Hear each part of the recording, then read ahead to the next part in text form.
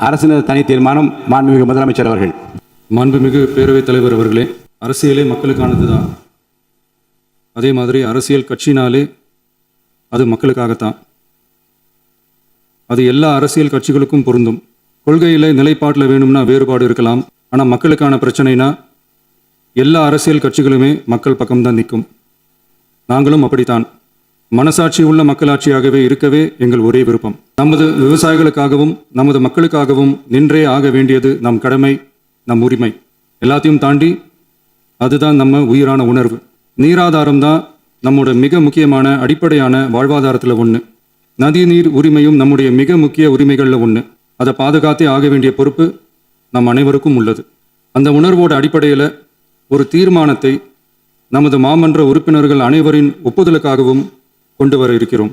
கட்சி வேறுபாடுகளை ஒதுக்கி வைத்துவிட்டு யாரும் யாரையும் குறை சொல்லாமல் ஒட்டுமொத்த தமிழ்நாட்டிற்காக நாம் அனைவரும் ஓரணியில் நிற்பவர்கள் என்பதை நிரூபிக்க வேண்டுமாறு அனைத்து சட்டமன்ற கட்சிகளின் அனைத்து உறுப்பினர்களையும் கேட்டுக்கொள்கிறோம். நம்முடைய சொந்தங்களான விவசாயிகளுக்காகவும் தமிழக மக்களுக்காகவும் கொண்டு வரப்படும் இத்தீர்மானத்திற்கு உங்கள் அனைவரின் ஆதரவையும் வேண்டுகிறோம்.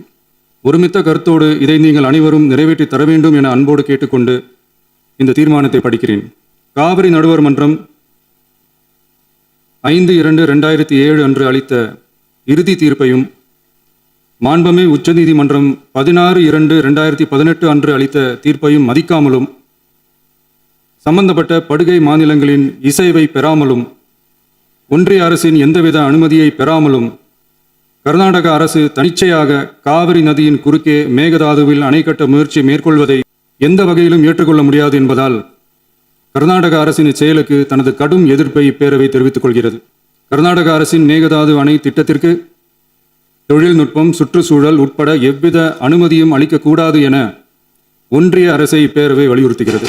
காவிரி நடுவர் மன்றமும் உச்சநீதிமன்றமும் காவிரி படுகை ஒரு பற்றாக்குறை படுகை என குறிப்பிட்டு படுகையின் மொத்த நீரினையும் படுகை மாநிலங்களுக்கு பகிர்ந்தளித்து விட்டதால் காவிரி படுகையில் புதிய திட்டங்களை மேற்கொள்ளவோ கூடுதலாக நீரை பயன்படுத்தவோ இயலாது.